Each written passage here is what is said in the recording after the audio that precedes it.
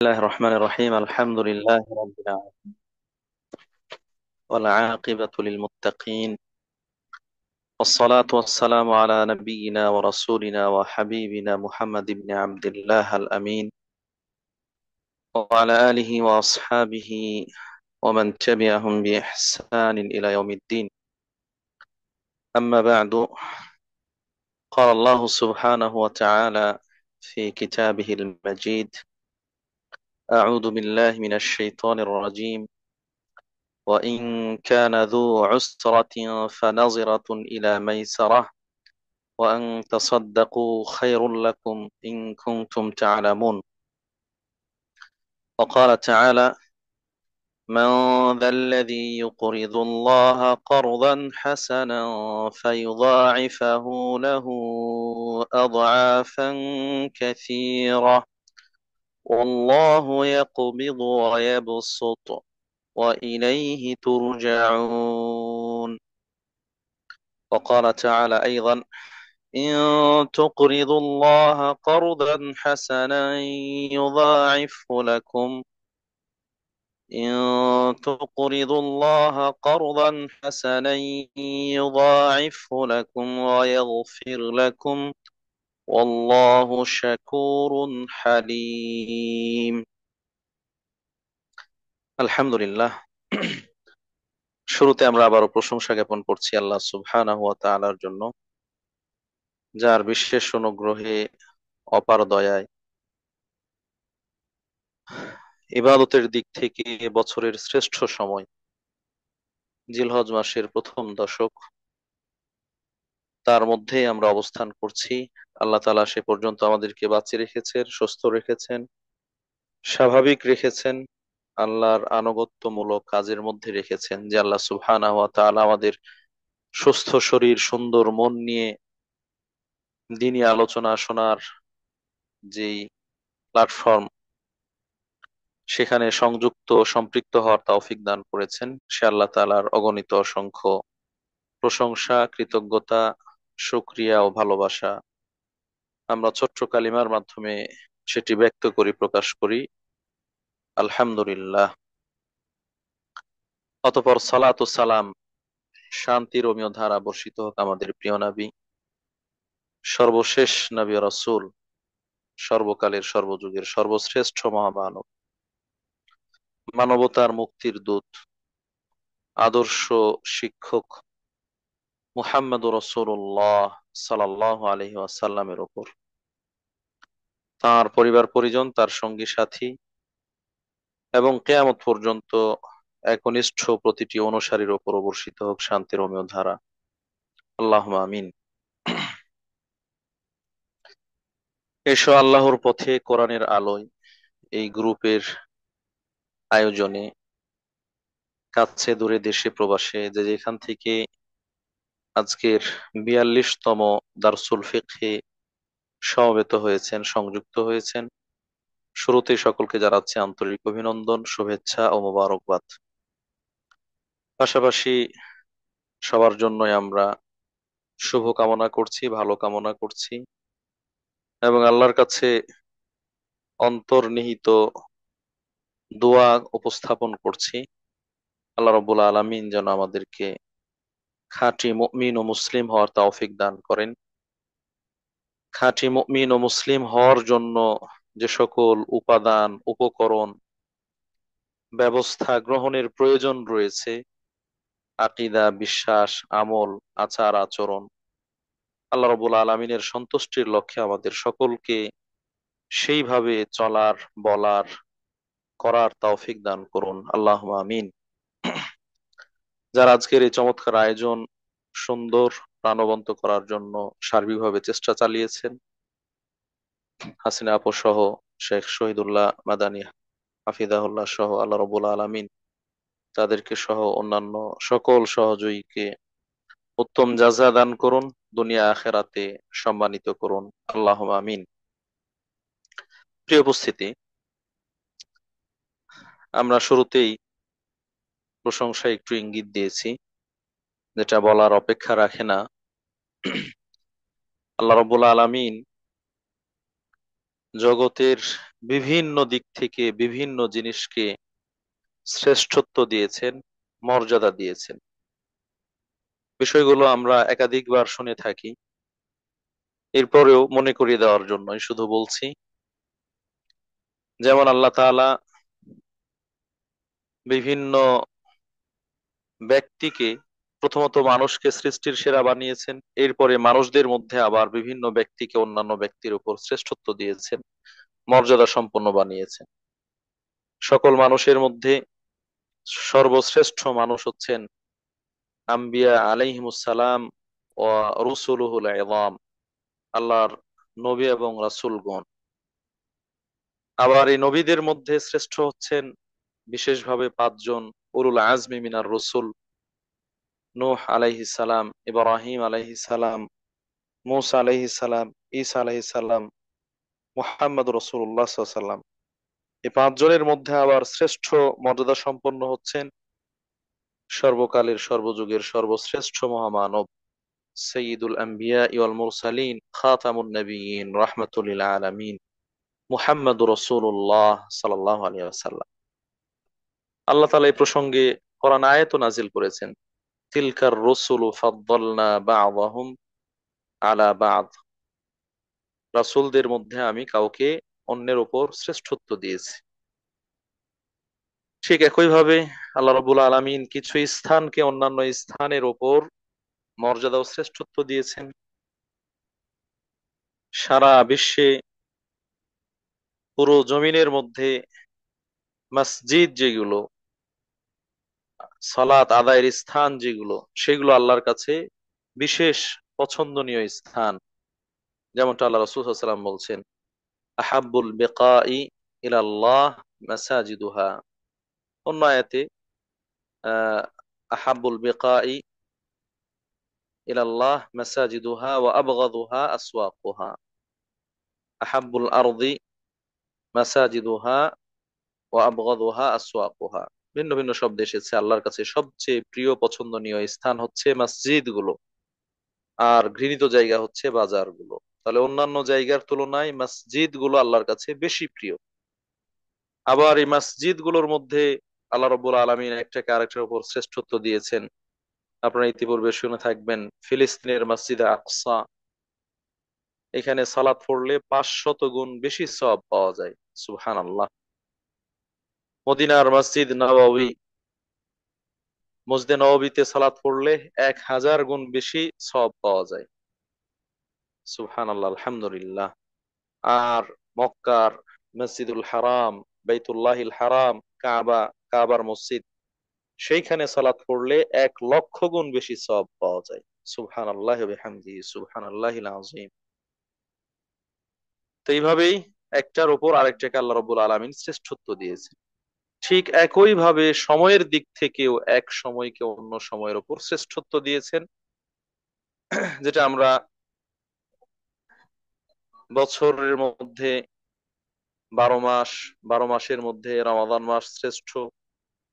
দশক হিসেবে রমাদানের শেষ দশক শ্রেষ্ঠ দশক।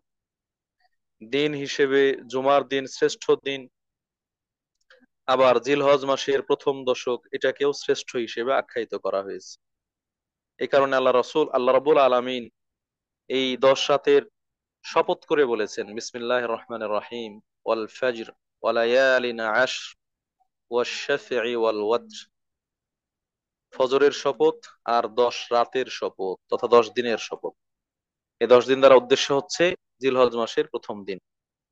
তো এই সম্মানিত মর্যাদা সম্পন্ন দিন, অনেকেই বলেছেন যে রমজান মাসের শেষ দশক, এটা হচ্ছে বছরের শ্রেষ্ঠ দশক। আবার অনেকে বলেছেন জিলহজ মাসের শেষ দশক, প্রথম দশক, এটা হচ্ছে শ্রেষ্ঠ দশক।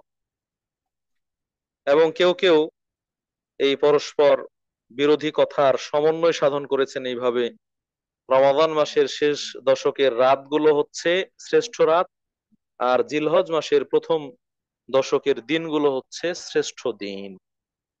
কেননা ওইদিকে রমজান মাসের শেষ দশকে লাইলাতুল কদর রয়েছে, যে লাইলাতুল কদর খায়রুম মিন আলফি শাহর, 1000 বছরের চেয়েও শ্রেষ্ঠ। আর এদিকে জিলহজের প্রথম দশকের ব্যাপারে আল্লাহ রাসূল সাল্লাল্লাহু আলাইহি ওয়াসাল্লাম বলছেন, মা মিন আইয়ামিন আল আমালু সালিহু ফীহিন্না আফদালু ইলাল্লাহ, অথবা আহাব্বু ইলাল্লাহি ইল্লা মিন হাদিল আইয়াম, ইয়ানি আইয়াম আল আশ মিন দিল হিজ্জাহ। পৃথিবীতে যত দিন রয়েছে এই দিনগুলোর মধ্যে সর্বাধিক শ্রেষ্ঠ সম্মানিত দিন হচ্ছে জিলহজ মাসের প্রথম 10 দিন। যে 10 দিনের আমলগুলো আল্লাহর কাছে সবচেয়ে পছন্দনীয়, ভালোবাসার, প্রিয়। সম্মানিত উপস্থিতি, কতটা শ্রেষ্ঠ সাহাবায়ে কেরাম একটু কম্পেয়ার করেছেন জিজ্ঞাসার মাধ্যমে। তারা বলছেন, ওয়াল জিহাদু ফি সাবিলিল্লাহ ইয়া রাসূলুল্লাহ, আল্লাহ রাসূল, আল্লাহ রাস্তায় জিহাদ করা, যুদ্ধ করা অনেক সওয়াবের, অনেক ফজিলতপূর্ণ। মারা গেলে বিনা হিসেবে জান্নাত, 70 জন পরিবারের লোককে সুপারিশ করে জান্নাতে নিয়ে যেতে পারবে, 70টা হুর হুর পাবে, আরো অনেক অনেক মর্যাদা, নবী এবং রাসূলদের সাথে সিদ্দিক, সুহাদা তাদের সাথে অবস্থান করবে, ইত্যাদি ইত্যাদি। মরার পরও তারা কবরে জীবিত, আল্লাহ রাব্বুল আলামিন তাদের বিশেষ খাবারের ব্যবস্থা করেন, অনেক সম্মান মর্যাদা। তো এই আল্লাহ রাস্তায় জিহাদ করা, এর থেকেও কি 10 দিনের আমলগুলো শ্রেষ্ঠ, ভালো, পছন্দনীয়? আল্লাহ রাসূল সাল্লাল্লাহু আলাইহি ওয়াসাল্লাম বলেন, ওয়ালাল জিহাদু ফি সাবিলিল্লাহ, আল্লাহু আকবার। আল্লাহ রাস্তায় জিহাদ করার থেকেও এই দিনের আমলগুলো আল্লাহর কাছে শ্রেষ্ঠ, ভালো এবং উত্তম। সুবহানাল্লাহ, আল্লাহু আকবার, সুবহানাল্লাহ, আল্লাহু আকবার। কতটা মর্যাদা সম্পন্ন এবং প্রিয়, পছন্দনীয় আমল এই দিনগুলোর। সেই দিনগুলোর মধ্যে আমরা অবস্থান করছি, সেই সময়গুলো আমরা পার করছি। সম্মানিত উপস্থিতি, অতএব আমাদের এই দামি, মূল্যবান, রত্নতুল্য সময়গুলো যেন অনর্থক উদাসীনতায়, অবহেলায়, নিষ্প্রয়োজনে অথবা তুলনামূলক কম প্রয়োজনে পার না হয়। একজন বুদ্ধিমান, সচেতন, পরকালের কল্যাণকামী, আল্লাহ ভীরু বান্দা সব সময় চেষ্টা করবে এই ধরনের অফার গুলোকে লুফে নিতে, এই ধরনের সুযোগগুলোকে সর্বাধিক গুরুত্ব প্রদান করে গ্রহণ করে নিতে। আল্লাহ রাব্বুল আলামিন আমাদের সকলকে সে সকল উপকারী, সফল, ধন্য ব্যক্তিদের অন্তর্ভুক্ত করুন যারা এই দিনগুলোর আমল করে নিজেদেরকে আল্লাহর প্রিয় বান্দায়, প্রিয় পাত্রে পরিণত হওয়ার সুযোগ লাভ করে। আল্লাহুম্মা আমিন। এই দিনগুলোর মধ্যে বিশেষভাবে আরাফার দিন রয়েছে, যেটি শ্রেষ্ঠ একটি দিন, যেদিন আল্লাহ রাব্বুল আলামিন সবচেয়ে বেশি সংখ্যক মানুষকে ক্ষমা করে থাকেন, এবং হাজি ছাড়া অন্যান্য যারা রয়েছে তাদের জন্য বিশেষ ইবাদতের কথা বলা হয়েছে, সিয়াম রাখা, যে একদিনের সিয়ামের বিনিময়ে আল্লাহ রাব্বুল আলামিন 1 বছর আগের, 1 বছর পরের 2 বছরের গুনাহ মাফ করবেন। সুবহানাল্লাহ। সেই সিয়াম রাখার জন্য আমাদের চেষ্টা থাকা দরকার। এর বাইরে অন্যান্য যে ভালো আমলগুলো রয়েছে, যেগুলো কোরআন এবং হাদিস দ্বারা প্রমাণিত, রাসূল সাল্লাল্লাহু আলাইহি ওয়াসাল্লামের পদ্ধতি অনুযায়ী, সেগুলো আদায় করা দরকার। আল্লাহ রাব্বুল আলামিন আমাদেরকে তৌফিক দান করুন, আমিন। প্রিয় উপস্থিতি, আজকের দারসুল ফিকহের 42তম দার্সে আমরা যে বিষয়গুলো নিয়ে আলোচনা করব বলে ঘোষণা দিয়েছি, সেগুলো হচ্ছে ঋণ বা লোন, বন্ধক রাখা, অন্যের কাছে জমা রাখা, আরো কিছু লেনদেন ইত্যাদি। সময় যতটুকু সংকুলান হয় তার মধ্যে আমরা আলোচনা করার চেষ্টা করব। যেমনটা শুরুতে হাসিনা আপু বলছিলেন যে এই বিষয়গুলো সাধারণত খুব বেশি আলোচনায় আসে না, কেউ জিজ্ঞাসা করলে জিজ্ঞাসার মাধ্যমে উত্তরে, প্রশ্নের আলোকে যতটুকু আসার অতটুকু আসে। আমরা যেহেতু কিতাবুল ফিকহ আল মুয়াসসার, কোরআন এবং হাদিসের আলোকে সহজ ফিকহ, এটা আহ উপস্থাপন করার চেষ্টা করছি, সেই ধারাবাহিকতায় তার যে বিন্যাস, সেই বিন্যাসের আলোকে আমরা বিষয়গুলো উপস্থাপন করছি। আসলে বিষয়গুলো একটা বই পড়া আর একটা আলোচনা হিসেবে উপস্থাপন করা, দুটোর মধ্যে অনেক পার্থক্য আছে। আমরা যদি বই পড়ি, বইয়ের অনুবাদ করি, অনেকে হয়তো বিরক্ত হয়ে কিছুক্ষণ থেকে সেখানে আর অংশগ্রহণ করবেন না, চলে যাবেন, এবং সব কথা সবার জন্য প্রযোজ্য হবে না। অনেকে অনেক কথা বুঝবেনও না, অনেকের কাছে বিরক্তিকর মনে হবে। কিন্তু আমরা চেষ্টা করি ওই আলোকে বিষয়টাকে ফুটিয়ে তোলার জন্য, যেন আমাদের একটা মোটামুটি জ্ঞান লাভ হয়, আমরা জানতে পারি, এবং ওই সংক্রান্ত জিজ্ঞাসাগুলো যেন আমাদের সমাধান হয়ে যায় সেই হিসেবে আমরা উপস্থাপন করার চেষ্টা করি। প্রিয় উপস্থিতি, সে ধারাবাহিকতায় আমরা আজকে কার্জ তথা ঋণ লোন এই ব্যাপারে আলোচনা করব। মূলত কার্জ বলতে কার্জে হাসান উদ্দেশ্য। কার্জ বলতে কার্জ হাসান। আমাদের সমাজে লোনের সাথে আমরা খুব পরিচিত। ব্যাংক, বীমা, আহ আরো বিভিন্ন সমিতি ইত্যাদি ইত্যাদি ব্যক্তি পর্যায়ে অনেকে অনেকভাবে লোন দেন এবং নেন, গ্রহণ করেন এবং প্রদান করেন, সেই হিসেবে আমরা এগুলোর সাথে পরিচিত। কিন্তু আমরা যে লোনের কথা বলবো সেই লোনটা হচ্ছে আল কারদুল হাসান, যেটা বিনা বিনিময়ে, বিনা পারিশ্রমিকে, পারিশ্রমিক ছাড়াই, বিনিময় ছাড়াই কাউকে লোন দেওয়া, ঋণ দেওয়া, সে সম্পর্কে আলোচনা করব। ইতিপূর্বে আমরা সুদ সংক্রান্ত আলোচনা নিয়ে এসেছি, যেখানে প্রচলিত যে সকল ঋণগুলো রয়েছে, লোনগুলো রয়েছে, সেগুলোর আলোচনা চলে এসেছে। বিভিন্ন ব্যাংক থেকে যে লোন দেওয়া হয়, এটা চাকরির লোন হোক, আর বাড়ি নির্মাণের লোন হোক, ব্যবসার জন্য সিসি লোন হোক, অথবা আরো বিভিন্ন ধরনের অনেক অনেক নাম দিয়ে রয়েছে, এগুলোর হুকুম মোটামুটি আমরা বলার চেষ্টা করেছি। তো আজকে আমরা আল কারদুল হাসান বা সুদ মুক্ত ঋণ, সুদ মুক্ত যে ঋণ রয়েছে, সেই ঋণের আলোচনা করব। সম্মানিত উপস্থিতি, নিঃসন্দেহে ইসলাম একটি সার্বজনীন জীবন ব্যবস্থা, সবার জন্য প্রযোজ্য এরকম জীবন ব্যবস্থা, এবং একটি শান্তিপূর্ণ জীবন ব্যবস্থা, যেখানে কোনোভাবে কেউ নির্যাতিত হবে না, নিষ্পেষিত হবে না, কেউ কারো জুলুমের শিকার হবেন, বরং সমাজবদ্ধ, দলবদ্ধ জীবনযাপন করার ক্ষেত্রে একজন আর একজনের মুখাপেক্ষী, একজন আর একজনের দ্বারস্থ হয়। সেই দ্বারস্থ হওয়ার ক্ষেত্রে যেন অন্যের সহযোগিতা, সহানুভূতি এটা পায়, দেওয়ার জন্য, নেওয়ার জন্য উভয় দিক থেকে ইসলাম উদ্বুদ্ধ করেছে। সেরকমই একটি বিষয় হচ্ছে আল কারদুল হাসান। একজন মানুষ তার জীবন জীবিকা নির্বাহের জন্য যা প্রয়োজন, শারীরিক পরিশ্রম করে উত্তরাধিকারী সম্পত্তি পেয়ে আর যা কিছু রয়েছে সবকিছু মিলিয়েও স্বাভাবিক জীবন নির্বাহ করতে পারছেন না। হঠাৎ বিপদের মুখে পড়ে গিয়েছেন, আর হঠাৎ করে খাবার দাবারের প্রয়োজন হয়ে গিয়েছে, অথবা কোনো কিছু ধ্বংস হয়ে গেছে, নষ্ট হয়ে গেছে, অসুস্থ হয়ে গিয়েছেন, হসপিটালের বিছানায় কাতরাচ্ছেন, বড় ধরনের অপারেশনের দরকার, ইত্যাদি ইত্যাদি, এরকম বহুমুখী সমস্যার সম্মুখীন হয়ে থাকেন। যেই সমস্যাগুলো সমাধানের জন্য অর্থের প্রয়োজন, কিন্তু নিজের হাতে নেই, নিজের কাছে নেই, এরকম অবস্থায় আরেকজনের দ্বারস্থ হতে হয়, আরেকজনের মুখাপেক্ষী হতে হয়।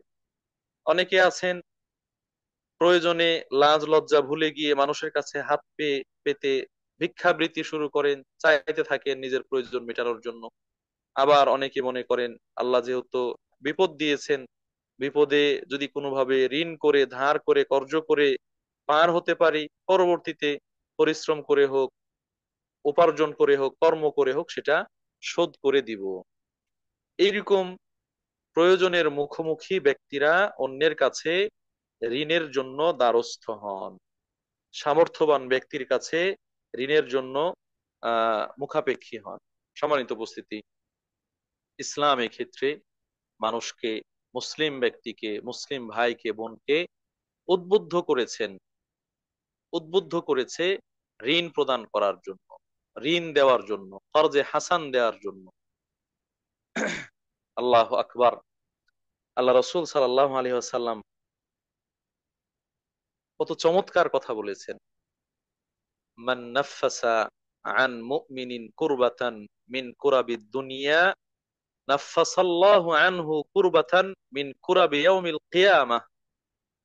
দুনিয়ায় যদি কোনো মুসলিম ব্যক্তি তার মুসলিম ভাইয়ের কোনো দুনিয়াবি বিপদ দূর করে, দুনিয়াবি বিপদ দূর করে, সরিয়ে দেয়, অপসারণ করে, সহযোগিতা করে বিপদ দূর করতে, একজন মানুষ কঠিন অপারেশনের মুখোমুখি, চিকিৎসার মুখোমুখি, অপমান হয়ে যাবেন এরকম বিষয়, এই সময় তার যে কত বড় বিপদ, যে বিপদের মুখোমুখি হয়েছে সে ছাড়া অন্যরা অনুভব করা কঠিন। আল্লাহ আমাদেরকে হেফাজত করুন। সেই সময় যদি কেউ কাউকে এই ধরনের বিপদ থেকে উদ্ধার করেন, আল্লাহ রাব্বুল আলামিন তার বিনিময়ে কিয়ামতের দিন, যেই সময় বিপদ থেকে উদ্ধার পাওয়ার সকল পথ বন্ধ হয়ে যাবে, রুদ্ধ হয়ে যাবে, যেই বিভীষিকাময় কঠিন পরিস্থিতি আল্লাহ রাব্বুল আলামিন কোরআনের আয়াতে তুলে ধরেছেন, فإذا جاءت الصاخة يوم يفر المرء من أخيه وأمه وأبيه وصاحبته وبنيه لكل امرئ منهم يومئذ شأن يغنيه। সেদিন মানুষ একটুর জন্য, অল্পের জন্য ছুটাছুটি করবে।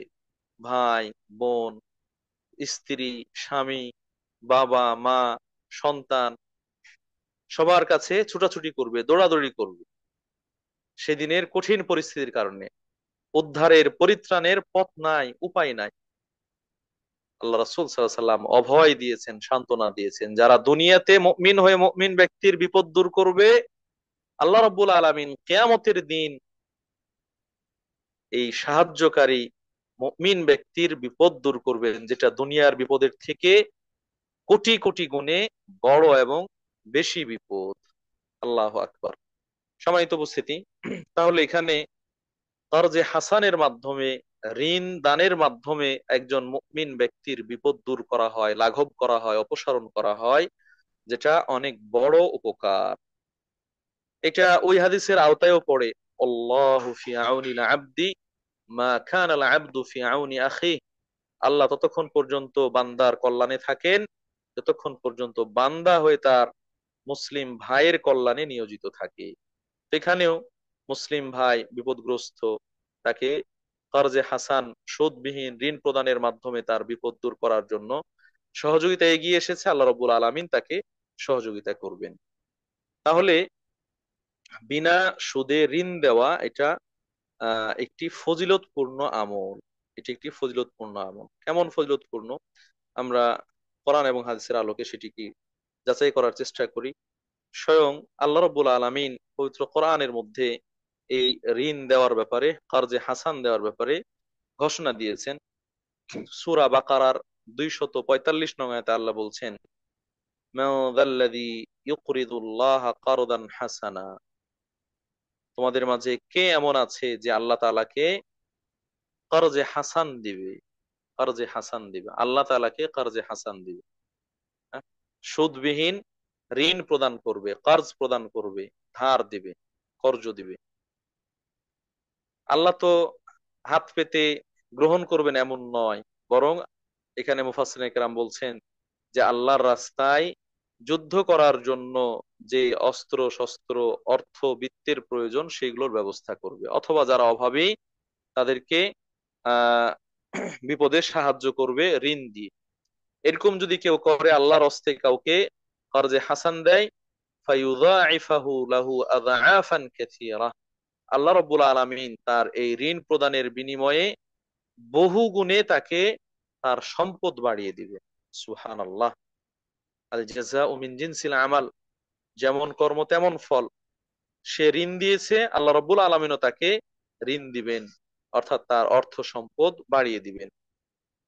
ওয়াল্লাহু ইয়াকবিদু ওয়া ইয়াবসুতু ওয়া ইলাইহি তুরজাউন। আল্লাহ রাব্বুল আলামিন যাকে চান সংকীর্ণ করে দেন, হ্যাঁ, অল্প অল্প দেন, কিছু দেন, অভাবে ফেলে দেন, আর যাকে চান প্রশস্ততা দেন।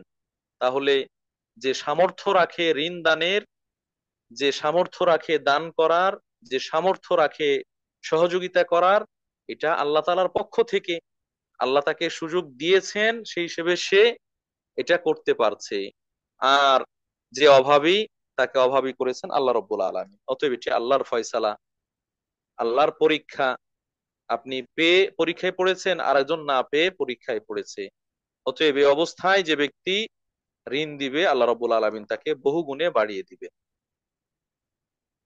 সূরা আত-তাগাবুনে 17 নং আয়াতে আল্লাহ রাব্বুল আলামিন বলছেন, ইন তুকরিদুল্লাহা কারদান হাসানা, যদি তোমরা আল্লাহ তাআলাকে কারদে হাসান দাও, সুদবিহীন ঋণ প্রদান করো, ইউযাইফহু লাকুম, আল্লাহ রাব্বুল আলামিন তোমাদের সম্পদ বহু গুণে বাড়িয়ে দিবেন, অনেক গুণে বাড়িয়ে দিবেন।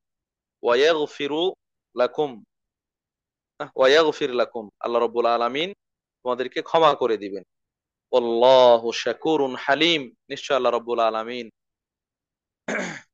শাকুর অর্থাৎ তার অধিক কৃতজ্ঞতা আদায়কারী, যিনি কৃতজ্ঞতা পছন্দ করেন, হালিম যিনি সহিষ্ণু। প্রিয় উপস্থিতি, এইভাবে কোরআনের মধ্যেই আরো কয়েক জায়গায় ঋণ প্রদান করার ব্যাপারে এবং তার ফজিলত সম্পর্কে স্বয়ং আল্লাহ রব্বুল আলামিন উল্লেখ করেছেন। এর বিপরীতে এর সপক্ষে অনেকগুলো হাদিসও রয়েছে, যে হাদিসগুলোর মধ্যে আল্লাহ রাসূল সাল্লাল্লাহু আলাইহি ওয়াসাল্লাম আহ ঋণ প্রদান করার জন্য উদ্বুদ্ধ করেছেন এবং তার সব বর্ণনা করেছেন। সহিহ মুসলিমের হাদিস, আল্লাহ রাসূল সাল্লাল্লাহু আলাইহি ওয়াসাল্লাম বলছেন, মান আনজারা মু'সিরান আও ওয়াদা আনহু আযাল্লাহুল্লাহু ফি যিল্লি, যদি কোনো ব্যক্তি কাউকে ঋণ প্রদান করে, কাউকে ঋণ প্রদান করে, ঋণ প্রদান করার পরে নির্দিষ্ট সময়ের জন্য ঋণ দিয়েছিল, 1 মাস পর, 1 বছর পর সেটা পরিশোধ করবে, কিন্তু সেই সময় চলে এসেছে তারপরও তাকে ঋণ পরিশোধ করার সুযোগ নেই, পরিশোধ করতে পারছে না, তখন ঋণদাতা মালিক তিনি ঋণ গ্রহীতাকে একটু সময় বাড়িয়ে দিলেন, একটু সহজ করে দিলেন। ঠিক আছে, জানুয়ারি মাসে দেওয়ার কথা ছিল, আপনি ফেব্রুয়ারি মাসে দেন, ফেব্রুয়ারি মাসে দেওয়ার কথা ছিল, আপনি জুন মাসে দেন। এই যে সময় বৃদ্ধি করে দিল, এই সময় বৃদ্ধি করে দেওয়ার কারণে আল্লাহ রব্বুল আলামিন তাকে আরশের ছায়ায় স্থান দান করবেন। সুবহানাল্লাহ। আওয়াদা আনহু, অথবা যদি কেউ এই ঋণ পুরোপুরি মাফ করে দেয়, তার পাওনাটা মাফ করে দেয়, ঠিক আছে দিতে হবে না, অভাবী মানুষ, ঋণ নিয়েছো, পরিশোধ করতে পারছো না, ঠিক আছে মাফ করে দিলাম, তাহলে আল্লাহ রাব্বুল আলামিন তাকে আরশের ছায়ায় স্থান দান করবেন। সুবহানাল্লাহ, সুবহানাল্লাহ। আরশের ছায়ায় স্থান পাওয়ার জন্য এটিও একটি মাধ্যম যে ঋণগ্রস্ত ব্যক্তির ঋণ পরিশোধের সময়সীমা বাড়িয়ে দেওয়া, লম্বা করে দেওয়া, ঋণগ্রস্ত ব্যক্তির ঋণ মাফ করে দেওয়া, পাওনাদারের পাওনা, পাওনাদার তার পাওনাটাকে মাফ করে দেওয়া, ওই ব্যক্তিকে নিষ্কৃতি দেওয়া, এটা হচ্ছে আরশের ছায়ায় স্থান পাওয়ার একটি উপযুক্ত আমল। সম্মানিত উপস্থিতি, আমরা সাদাকা করি, দান করি, যে দান নিঃস্বার্থ হয়ে থাকে, যেটা ফেরত পাওয়ার আশা নেই, 100, 1000, 1 লাখ, যার যেমন সামর্থ্য রয়েছে, এটা অন্যকে দিয়ে দেই, নিজের সত্য অন্যের কাছে দিয়ে দেই, এটা আর ফেরত পাওয়ার সুযোগ নেই, যেটা অনেক সওয়াবের, অনেক ফজিলতের, যে ফজিলত গুলো আমরা প্রায় শুনে থাকি দান করার ব্যাপারে। হ্যাঁ, দান করলে 700 গুণ কমপক্ষে আল্লাহ যাকে চাইবেন অঢেল অগণিত সংখ্যক বৃদ্ধি করবেন। দান খেরাত করলে সম্পদ বৃদ্ধি পায়, বালা মুসিবত দূর হয়, অসুস্থ ব্যক্তি সুস্থতা লাভ করে, আল্লাহর সন্তুষ্টি লাভ করা যায়, জান্নাত পাওয়া যায়, জাহান্নাম থেকে বাঁচা যায়, ইত্যাদি ইত্যাদি অনেক ফজিলত রয়েছে। সদাকা করলে এই ফজিলত, আর ঋণ দিলে, কর্জ দিলে, বিনা সুদে কাউকে ধার দিলে, লোন দিলে, সেটা তো আবার ফেরত পাওয়ার আশায় দেয়া হয়, সেটা ফেরত পাওয়ার আশায় দেয়া হয়। তাকে দিলাম 1 মাস পর, 1 বছর পর, 7 দিন পর সে আবার ফেরত দিবে, এটা তো একেবারে সত্য দিয়ে দেওয়া হলো না, মালিকানা দিয়ে দেওয়া হলো না, তাকে দেওয়া হলো আবার ফেরত দিবে। এর পরেও এটা কতটুক ফজিলতপূর্ণ আমল, রাসূলুল্লাহ সাল্লাল্লাহু আলাইহি সাল্লামের আরেকটি হাদিস থেকে শুনুন। আল্লাহ রাসূল সাল্লাল্লাহু আলাইহি সাল্লাম বলছেন, মান আনজারা মু'সিরান ফালাহু বিকুল্লি ইয়াউমিন মিসলিহি সাদাকাহ, যে ব্যক্তি কোন ঋণগ্রস্ত ব্যক্তিকে ঋণ পরিশোধের জন্য সময় বাড়িয়ে দেয়, সে এক একদিনে ওই দান করলে, সাদাকা করলে যে সওয়াব, সেই সওয়াব লাভ করবে। সুবহানাল্লাহ। আপনি ঋণ দিয়েছেন, ঋণ আবার ফেরত নেবেন, কিন্তু ঋণ দেওয়ার মাধ্যমে ওই পরিমাণ সম্পদ আল্লাহ রাস্তায় সাদাকা করে দিলে যে সওয়াব হতো সেই সওয়াব পাবেন। সুবহানাল্লাহ। ক্বালা সুম্মা সামি'তুহু ইয়াকুল, ওই বর্ণনাকারী বলছেন, বর্ণনাকারী বুরাইদা রাদিয়াল্লাহু তাআলা আনহু, তিনি বলছেন, এরপরে রাসূলকে আবার আমি বলতে শুনলাম, মান আনজারা মু'সিরান ফালাহু বিকুল্লি ইয়াউমিন মিসলাইহি সাদাকাহ। যে ব্যক্তি কাউকে ঋণ পরিশোধের জন্য একদিন সময় বাড়িয়ে দিল, আল্লাহ রাব্বুল আলামিন তার ওই দিনের বিনিময়ে ওই পরিমাণ সম্পদ, ওই পরিমাণ সম্পদ দুইবার দান করার সমান সওয়াব দান করবে। সুবহানাল্লাহ। অর্থাৎ দ্বিগুণ সম্পদ দান করার সওয়াব দান করবে। আল্লাহু আকবার। ওই সাহাবী বলছেন যে আমার কাছে খটকা বাঁধলো। আল্লাহ রাসূল আগের দিন বললেন ওই সম্পদ দান করে দেওয়ার সওয়াব পাওয়া যাবে, পরের দিন বলছেন যে ওই সম্পদ দ্বিগুণ, অর্থাৎ যা ঋণ দিয়েছে ওই পরিমাণ আরো অতটুকু, 100 টাকা ঋণ দিলে 200 টাকা দান করার সওয়াব পাবে। এটা কি রাসূল ভুল বললেন না কি? এটা আমি আল্লাহ রাসূলের কাছে জানতে চাইলাম। قلت سمعتك يا رسول الله تقول من أنظر معسرا فله بكل يوم مثله صدقة ثم سمعتك تقول من أنظر معسرا فله بكل يوم مثليه صدقة। আপনাকে বলতে শুনলাম ঋণ দিলে একদিন ওই পরিমাণ সম্পদ দান করার সওয়াব পাওয়া যাবে, আবার আপনি বললেন ঋণ দিলে একদিন ওই দ্বিগুণ পরিমাণ সম্পদ দান করার সওয়াব পাওয়া যাবে। কেন এরকম? قال له بكل يوم صدقة قبل أن يحل الدين। আল্লাহ রাসূল সাল্লাল্লাহু আলাইহি ওয়াসাল্লাম বলছেন, কোন ব্যক্তি কাউকে ঋণ দিলে ঋণ পরিশোধ করার যে নির্ধারিত সময়, সেই সময় আসার আগ পর্যন্ত প্রত্যেক দিন ওই পরিমাণ সম্পদ দান করলে, সাদাকা করে দিলে যে সওয়াব পেত, ঋণ দেওয়ার মাধ্যমে ওই পরিমাণ সওয়াব পাবে। সুবহানাল্লাহ। আল্লাহু আকবার। আর ফাইদা হাল্লাদ দাইনু ফাআনজারাহু ফালাহু বিকুল্লি ইয়াউমিন মিসলাই সাদাকা। যদি ঋণ পরিশোধ করার সময় চলে আসে, এরপরে সে সময় বাড়িয়ে দেয়, জানুয়ারি মাসে ছিল মার্চ মাস পর্যন্ত বাড়িয়ে দিল, হ্যাঁ এপ্রিল পর্যন্ত বাড়িয়ে দিল, এই যে সময় বাড়িয়ে দিল, বাড়িয়ে দেওয়ার কারণে এই সময়ের পর থেকে নিয়ে ওই পরিমাণ এবং তার সমপরিমাণ, অর্থাৎ দ্বিগুণ পরিমাণ সম্পদ দান করলে যে সওয়াব পেত সেরকম সওয়াব পাবে। আল্লাহু আকবার, আল্লাহু আকবার, আল্লাহু আকবার কাবীরা। এর অর্থ দাঁড়ালো, আপনি কাউকে 1000 টাকা ঋণ দিয়েছেন, 1 মাস সময় দিয়েছেন, এই পূর্ণ 1 মাস প্রত্যেক দিন 1000 টাকা করে দান করলে আপনি যে সওয়াব পেতেন, ঋণ দেওয়ার মাধ্যমে সেই সওয়াব পাবেন। এটার অর্থ কি দাঁড়ালো? আপনি যেন এই 30 দিনে 30,000 টাকা দান করার সওয়াব লাভ করলেন। সুবহানাল্লাহ। মূল টাকা আপনি ফেরত পাবেন, কিন্তু ঋণ দিয়েছেন তার কারণে 30,000 টাকা দান করার অলরেডি সওয়াব পেয়ে গিয়েছে। আর যদি ওই 1 মাস সময় আসার পরেও সে দিতে পারলো না, আপনি সময় বাড়িয়ে দিলেন, ঠিক আছে আরো 1 মাস বাড়িয়ে দিলাম, তখন দেখা যাবে যে বাকি 30 দিনে প্রত্যেক দিন 1000-কে দ্বিগুণ করলে 2000 হয়, প্রত্যেক দিন 2000 করে দান করলে যে সওয়াব হতো, আপনি 1000 টাকা ঋণ এই পরিশোধের সময় 1 মাস বাড়িয়ে দেওয়ার কারণে এই 30 দিনে 60,000 টাকা দান করার সওয়াব লাভ করবে। সুবহানাল্লাহ, সুবহানাল্লাহ, আলহামদুলিল্লাহ, আল্লাহু আকবার। কত বড় ফজিলতের একটি আমল হচ্ছে এই কারজে হাসান, অন্যকে ঋণ দেওয়া। সম্মানিত উপস্থিতি, এত বড় ফজিলতপূর্ণ আমলটি বর্তমান সময়ে মানুষের দুর্ব্যবহারের কারণে, অপব্যবহারের কারণে, শরীয়তের নীতিমালার প্রতি তোয়াক্কা না করার কারণে মানুষ তা থেকে মুখ ফিরিয়ে নিচ্ছে, মানুষ তা থেকে মুখ ফিরিয়ে নিচ্ছে। মানুষ এই বিনা সুদে যে ঋণ, সুদবিহীন ঋণ, সেই ঋণ দিতে অনাগ্রহী হচ্ছে। যদিও এত সওয়াব, এত ফজিলতপূর্ণ, তারপর অনাগ্রহী হচ্ছে কেন?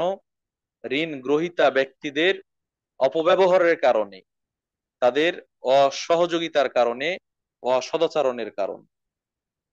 এখানে আপনি বিপদের মুখোমুখি হয়েছেন, আপনাকে ঋণ দিয়েছে, এদিকে শত শত ব্যাংক রয়েছে, সুদী মহাজন রয়েছে, সমিতি রয়েছে, যেখানে আপনি ঋণ নিলে চড়া সুদে নিতে হবে, আপনাকে বিনিময় দিতে হবে। আপনি যে নির্ধারিত সময়, সেই সময়ের মধ্যেই পরিশোধ করতে হবে, তারা সুদে আসলে সেটাকে আদায় করে নিবে। না পরিশোধ করতে পারলে খালের বল খুলে নিয়ে যায়, ঘরের টিন খুলে নিয়ে যায়, গাড়ি ঘোড়া আটকিয়ে দেয়, মামলা মোকদ্দমা করে জায়গা জমি দখল করে, ইত্যাদি ইত্যাদি। কিন্তু যিনি আপনাকে ঋণ দিলেন সুদবিহীন, সুদবিহীন ঋণ দিলেন, আপনার বিপদে সহযোগিতা করলেন, আপনি তার মূল পুঁজিটাই মেরে ফেলছেন, খেয়ে ফেলছেন, তাকে হেনস্থার শিকার করছেন, বারবার প্রতিশ্রুতি দিয়ে ভঙ্গ করছেন, মিথ্যা কথা বলছেন। এটা কোনো অবস্থাতেই উচিত নয়। যাদের ঋণ পরিশোধের সামর্থ্য রয়েছে, তাদের কোনো অবস্থাতেই এমনটা করা উচিত নয়, কারণ আল্লাহ রাসূল সাল্লাল্লাহু আলাইহি ওয়াসাল্লাম এটাকে জুলম হিসেবে আখ্যায়িত করেছেন। মাতলুল গানি জুলমুন, যার কাছে ঋণ পরিশোধ করার সামর্থ্য রয়েছে এরপরও সে তালবাহানা করে ঋণ পরিশোধ করে না, সময় ক্ষেপণ করে ঘুরায় ফিরায়, এটা তার পক্ষ থেকে জুলুম। আর আল্লাহ রাব্বুল আলামিন জুলুমের শাস্তি দিবেনই দিবেন, জালেমকে ছাড় দিবেন না।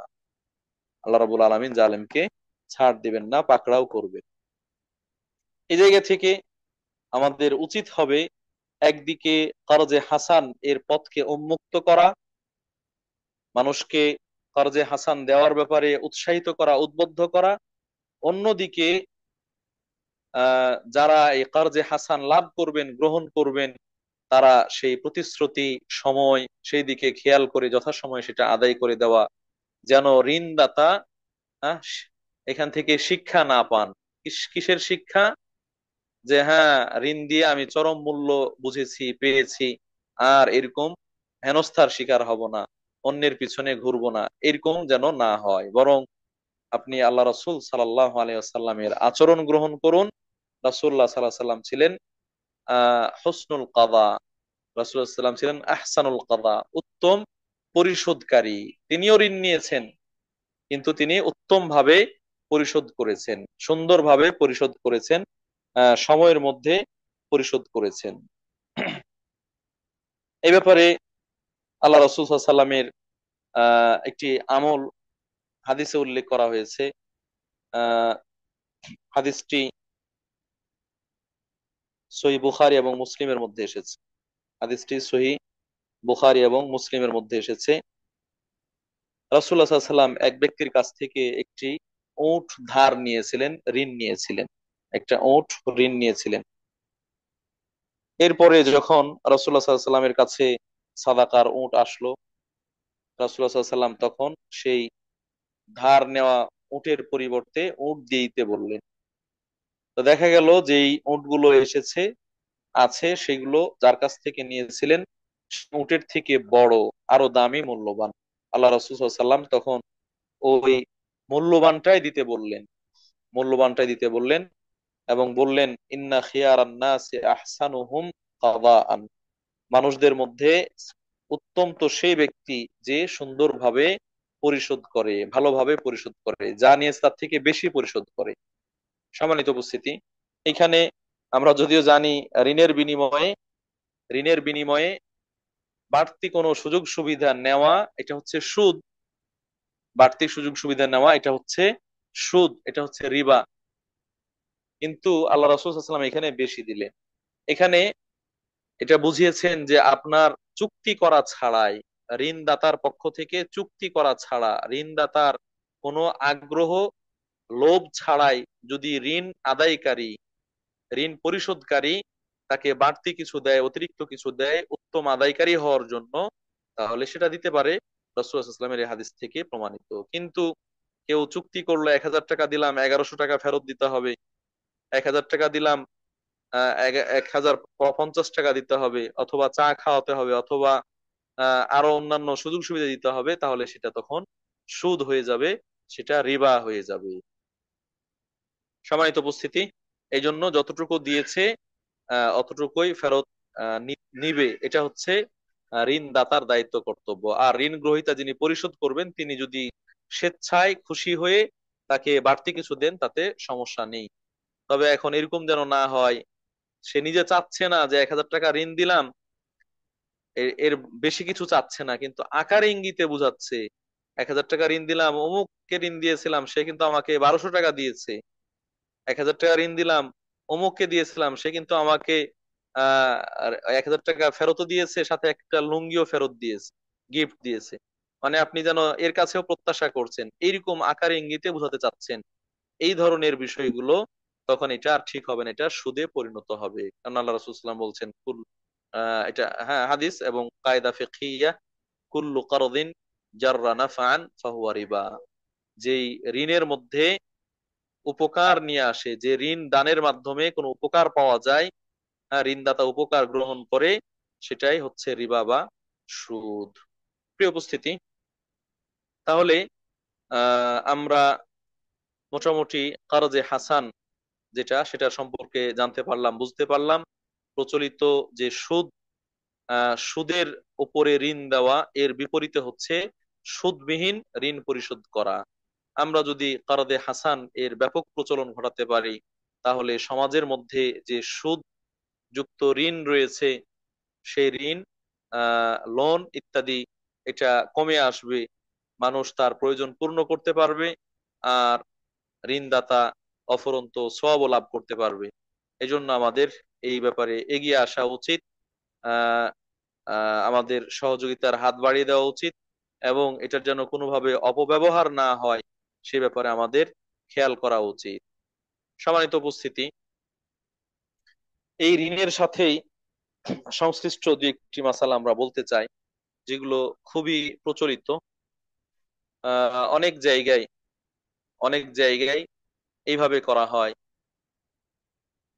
জমি বর্গা দেওয়া অথবা জমি কট দেওয়া, জমি এগ্রিমেন্ট দেয়া, এগুলো এলাকা ভিত্তিক বিভিন্ন জায়গায় বিভিন্ন পরিভাষা রয়েছে। কিন্তু আমরা তার স্বরূপটা বলতে চাই, যে একজন মানুষ তার হয়তো 5 লাখ টাকা প্রয়োজন, তার হয়তো 5 লাখ টাকা প্রয়োজন। তা এখন 5 লাখ টাকা তো কেউ ঋণ দিবে না, বা সে কারো কাছে ঋণ চেয়েছে কার্জে হাসান, হ্যাঁ, সে সে কার্জে হাসান পায়নি। তখন সে কি করলো, যার কাছে টাকা আছে তাকে গিয়ে বলল, ভাই আমার 2 বিঘা জমি আছে অথবা 1 বিঘা জমি আছে, আপনি আমাকে 5 লাখ টাকা ধার দেন, ঋণ দেন, আর আমার এই জমিটা আপনি চাষবাস করতে থাকেন, খেতে থাকেন, উপভোগ করতে থাকেন, উপকৃত হতে থাকেন। যখন আমি আপনার এই টাকাটা ফেরত দিব, তখন আপনি আমাকে ওই জমি ছেড়ে দিবেন, তখন আপনি আমাকে এই জমি ছেড়ে দিবেন। এই যে অবস্থা, এটাকে অনেক জায়গায় এগ্রিমেন্ট বলা হয়, অনেক জায়গায় কট বলা হয়, অনেক জায়গায় বর্গা বলা হয়। এইরকম লেনদেন যেটা, এটা ইসলামী শরীয়তে নিষিদ্ধ, এটি হচ্ছে হারাম। হালাল কোনটা? হালাল হচ্ছে ভাড়া দেওয়া। কেউ কোনো জমি বা জমিন বা ক্ষেত কাউকে ভাড়া দিল, এটা 1 বছর আপনি চাষবাস করবেন, আমাকে 20,000 টাকা দিতে হবে। বছর শেষ, চাষবাস করেন আর না করেন, এই 20,000 টাকা জমির মালিক আর ফেরত দিবে না, জমির মালিক ফেরত দিবে না। এটা এটা হচ্ছে ভাড়া নেওয়া, যেমন কেউ দোকান ভাড়া নেয়, কেউ বাসা ভাড়া নেয় ইত্যাদি, এরকম এটা জায়েজ। কিন্তু আগের যে চুক্তি হলো সেই চুক্তি, এটা জায়েজ নয়। সম্মানিত উপস্থিতি, এটাকে আইনুর রিবা বলা হয়েছে, যেটা স্পষ্ট সুদ। কেননা ঋণ দিয়ে সে 5 লাখ টাকা ফেরত নিবেই, বাকি মধ্যখানে যতদিন পর্যন্ত পরিশোধ করতে পারছে না, ততদিন পর্যন্ত সে এটা চাষবাস করে উপকৃত হচ্ছে, লাভবান হচ্ছে। এই লাভটাই হচ্ছে সুদ, এই লাভবান হওয়াটাই হচ্ছে সুদ। এখন অনেকে প্রশ্ন করবেন, যে ব্যক্তি তো তাকে 5 লাখ টাকা দিয়েছে, সে তো উপকৃত হচ্ছে, তাহলে সে জমি নিয়ে কেন উপকৃত হবে না? সম্মানিত উপস্থিতি, আপনার 5 লাখ টাকা আছে, আপনি তাকে ঋণ দিয়েছেন, ঋণের বিপরীতে আপনি আল্লাহর কাছে সওয়াব পাচ্ছেন, প্রত্যেক দিন 5 লাখ টাকা দান করার যে সওয়াব, সেটা আপনি লাভ করছেন। ওই ব্যক্তি উপকৃত হয়েছে, আপনিও সওয়াব লাভ করছেন, আপনার দুনিয়াবি উপকৃত হওয়ার আর সুযোগ নেই। অনেকে বলেন যে আমি 5 লাখ টাকা দিয়েছি, তার সিকিউরিটি, গ্যারান্টি, হ্যাঁ, হিসেবে এই জমিনটা আমাকে দিয়েছে। সম্মানিত উপস্থিতি, আমরা বলবো যে এটা হচ্ছে একটা অপকৌশল। এটা হচ্ছে অপকৌশল। সাধারণত আমরা জমিন গ্যারান্টি হিসেবে রাখি না। হ্যাঁ, এটা যেটাকে আমরা বন্ধকের আলোচনা বলবো, বন্ধকের আলোচনা এখানে চলে আসছে। যে আমরা যে বন্ধক রাখি সেক্ষেত্রে জমিন বন্ধক রাখা হয় না, জমিনের কাগজপত্র বন্ধক রাখা হয়। জমিনের কাগজপত্র এটা থাকলেই তো আপনার এটা এই কাগজপত্রটাই গ্যারান্টার হচ্ছে। কাগজপত্র দিয়ে দলিল দিয়ে আপনি গ্যারান্টি পাচ্ছেন যে হ্যাঁ আমার কাছ থেকে 5 লাখ টাকা ঋণ নিয়েছে, আর এই ঋণ আদায় করবে নিশ্চয়তা পাওয়ার জন্য আপনি তার কাগজপত্র নিজের কাছে জমা রেখেছেন। যেমন বিভিন্ন ব্যাংক গুলো করে থাকে, তাহলে ব্যাংকের এই কাগজপত্র জমা রাখা এই পদ্ধতিটা ঠিক আছে, কিন্তু ঋণ দিয়ে তারা যে সুদ নিচ্ছে এই পদ্ধতিটা ঠিক নেই। আর সাধারণ মানুষ ব্যাংক ছাড়া যারা এরকম ঋণ দিয়ে জমিন চাষবাস করে উপকৃত হচ্ছেন, ভোগ করছেন, তারাও সুদ খাচ্ছেন। তারা এটা বন্ধক হিসেবে বললেও এটা বন্ধক রাখছেন না। সম্মানিত উপস্থিতি, এই ধরনের লেনদেনে অনেক মানুষ জড়িত, অনেক মুসল্লি জড়িত, নামাজ পড়েন, হজ করছেন হাজী সাহেব, তারাও এই ধরনের লেনদেনে জড়িত। জমিন এগ্রিমেন্ট দিয়ে বা কর দিয়ে বা যেই সংজ্ঞা বললাম আমরা, সেই আলোকে মানুষকে টাকা দিয়েছেন আর সেই জমিন চাষবাস করে তিনি খাচ্ছেন, উপকৃত হচ্ছেন। যখন ঋণ পরিশোধ করবে তখন এটা আবার সে পুরোটাই গ্রহণ করবে। এখানে কেউ চালাকি করার চেষ্টা করেন, অপকৌশল গ্রহণ করেন, যে 5 লাখ টাকা ঋণ দিয়েছি, 5 বছর আমার কাছে জমিনটা থাকলো, 5 বছর পরে জমিনের মালিক জমিন ফিরিয়ে নিল, আমাকে টাকা ফেরত দিল। আমি যদি এইভাবে নিয়ে নেই তাহলে তো এটা সুদ হলো, 5 বছর আমি সুদ খেলাম। এই জন্য অপকৌশল করে কি, প্রত্যেক বছরের জন্য 1,000 টাকা করে মাইনাস করে, ফেরত নেওয়ার সময় 4,90,000 টাকা ফেরত নেয়, 10,000 টাকা কম নিল। দিয়ে সে বুঝাতে চাইলো যে আমি এই 10,000 টাকা দিয়ে 5 বছরে, 5 বছরে কি করেছি, ভাড়া দিয়েছি, 2,000 টাকা করে ভাড়া পরিশোধ করেছি। সম্মানিত উপস্থিতি, এটা অপকৌশল। সুদকে, সুদ হারামে, হারামকে হালাল করার অপকৌশল, এটা সুকৌশল নয়। সম্মানিত উপস্থিতি, যদি বাজার দর অনুযায়ী 2,000 টাকাই ভাড়া হয় তাহলে সেটা ঠিক আছে। কিন্তু যদি সে ঋণ দিয়েছে এজন্য কমে ভাড়া নিচ্ছে, অথবা ঋণ না দিলে তার কাছে জমি দিত না জমির মালিক, তাহলে সেটা, এটা সুদ হিসেবে গণ্য হবে, রিবা হিসেবে গণ্য হবে। কিছু টাকা কেটে নিলেও, কিছু টাকা কম দিলেও এটা হালাল হবে না, এটা জায়েজ হবে না। এজন্য আমাদের সতর্কতা অবলম্বন করা উচিত যেন আমরা হারাম উপার্জনের মধ্যে জড়িয়ে না পড়ি। এখানে একটা বিষয় থেকে যায় যে কাকে ঋণ দিব, ঋণ দেওয়ার হুকুমটা কি। কেউ কর্জে হাসান চাইলো, তার লাখ লাখ টাকা আছে, বাড়ি গাড়ি সবই আছে, আরেকটা হয়তো জমিন কিনবে, আরেকটা বাড়ি কিনবে বা গাড়ি কিনবে, সে আমার কাছে ঋণ চাইলো, তাকে কি আমি ঋণ দিতে বাধ্য? সম্মানিত উপস্থিতি, ঋণ দেওয়ার স্বাভাবিক অবস্থায় হুকুম হচ্ছে এটা ভালো কাজ। সে যদি বাড়ি গাড়ি করে, সেটা করতে গিয়ে টাকা পয়সার মুখোমুখি হয়, আপনার কাছে চাই, আপনার দেওয়ার সামর্থ্য আছে, তাহলে আপনি দিলে ঋণ দেওয়ার যে সওয়াব সেটা আপনি পাবেন। ওয়াহসিনু ইন্নাল্লাহা ইউহিব্বুল মুহসিনিন, আপনি ভালো কাজ করুন, নিশ্চয় আল্লাহ রাব্বুল আলামিন ভালো কর্মকারীকে, সৎকর্মপরায়ণ ব্যক্তিকে ভালোবাসেন। তো এটা ভালো কাজ, কিন্তু এটা ওয়াজিব নয়, এটা ওয়াজিব নয়। আপনার আছে, দিচ্ছেন, সহযোগিতা পাচ্ছেন, কিন্তু আরেকজন ব্যক্তি তার পেটে ভাত দেওয়ার মতো সামর্থ্য নেই, সে আপনার কাছে ঋণ চাচ্ছে, অথবা একেবারে মুমূর্ষু, হসপিটালের বিছানায় রয়েছে, অপারেশন করতে হবে বা চিকিৎসা করতে হবে, এরকম ক্ষেত্রে আপনার কাছে টাকা আছে কিন্তু আপনার কাছে ঋণ চাইলো, আপনি ঋণ দিচ্ছেন না, এই ক্ষেত্রে কেউ কেউ বলেছেন এই যে ক্ষেত্রে ঋণ দেওয়া ওয়াজিব, আবশ্যক, তাকে ঋণ দেওয়া আবশ্যক। আপনার কাছে যত টাকা পয়সা আছে আর সে টাকা পয়সার মুখাপেক্ষী, এক্ষেত্রে আপনি তাকে ঋণ দিবেন, এটা আপনার জন্য ওয়াজিব। আর ঋণ দিলে একদিকে আপনি যেমন ঋণ দেওয়ার সওয়াব পাবেন, অনুরূপ ভাবে তার প্রতি ইহসান করার, তার প্রতি সহযোগিতার হাত বাড়িয়ে দেওয়ার, তার বিপদ দূর করার বিভিন্ন দিক থেকে আপনি সওয়াব লাভ করবেন। সম্মানিত উপস্থিতি, অতএব এই ঋণ দেওয়া ইসলামী যে আচরণ, ইসলামী যে শিক্ষা, ইসলামী যে সহযোগিতার, সহমর্মিতার, সহানুভূতির উদাহরণ, এটা যদি আমাদের প্রাত্যহিক জীবনে আমরা বাস্তবায়ন করার চেষ্টা করি, তাহলে একদিকে পরস্পরের প্রতি সৌহার্দ্য, ভালোবাসা, বিপদে পাশে দাঁড়ানো, সেটি বাস্তবায়িত হবে। অন্যদিকে এই প্রচলিত আহ ক্ষুদ্র ঋণ অথবা বড় ঋণ, ঋণের মাধ্যমে যে সহযোগিতার আহ্বান, যেটা দিয়ে মানুষকে শুষে নিচ্ছে, মানুষকে শোষণ করছে, সেই পথগুলো, হারামের পথগুলো বন্ধ হয়ে যাবে। আল্লাহ রব্বুল আলামিন আমাদেরকে সুদ মুক্ত হালাল উপার্জনের মাধ্যমে এবং বিপদগ্রস্ত মুসলিম ভাই ও বোনদেরকে সহযোগিতা করা, ঋণ দিয়ে সহযোগিতা করার মাধ্যমে আমাদের সময় পার করার এবং অফুরন্ত সওয়াব লাভ করার তৌফিক দান করুন। আমিন। আহ এরপরে দ্বিতীয় পয়েন্ট ছিল,